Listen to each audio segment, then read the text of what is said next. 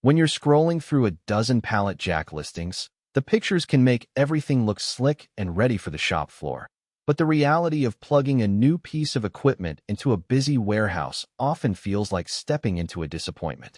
I've been there seeing a glossy brochure, thinking this will glide like butter, only to wrestle with a clunky, underpowered unit that barely moves a single pallet.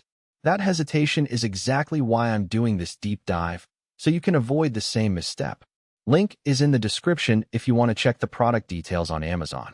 The VEVOR electric pallet jack promises a 3,300-pound load capacity and a lithium-ion battery that should keep you moving for 3 hours.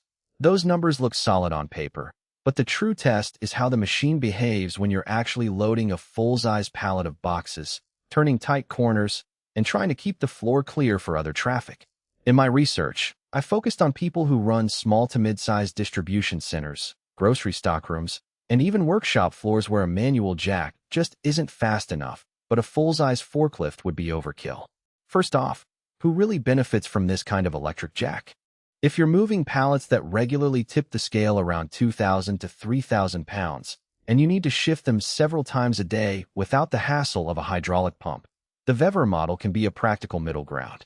It's also a good fit for environments where you can't afford the noise and emissions of a combustion engine. Think indoor retail aisles or a manufacturing line that's already tight on ventilation.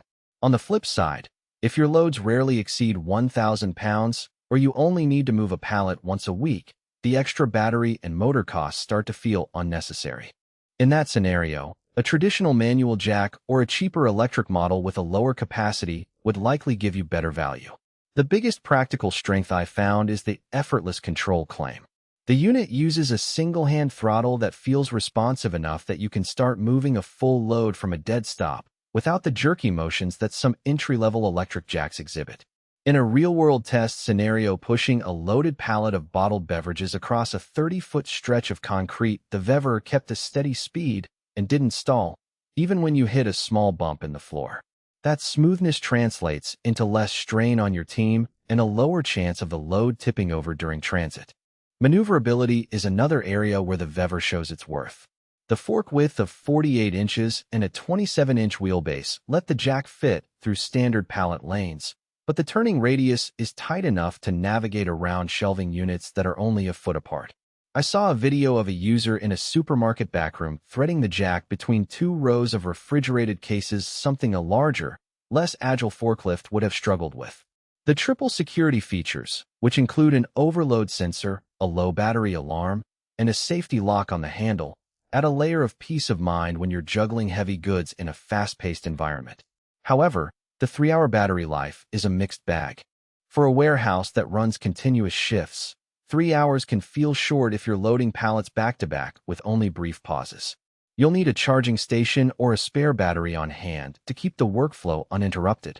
On the other hand, for a shop that moves a handful of pallets each hour and has idle time between tasks, that runtime is more than sufficient and you'll appreciate the quiet, zero-emission operation.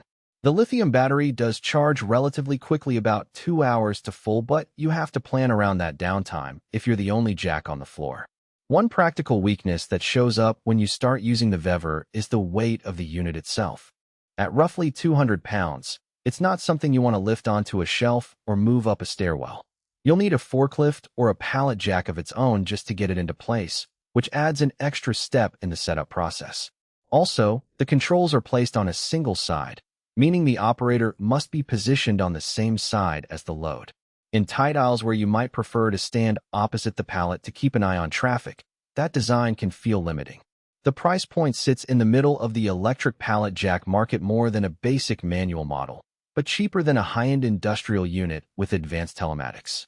If you break down the cost per pound of capacity, it's competitive, especially when you factor in the labor savings from not having to pump a hydraulic jack manually.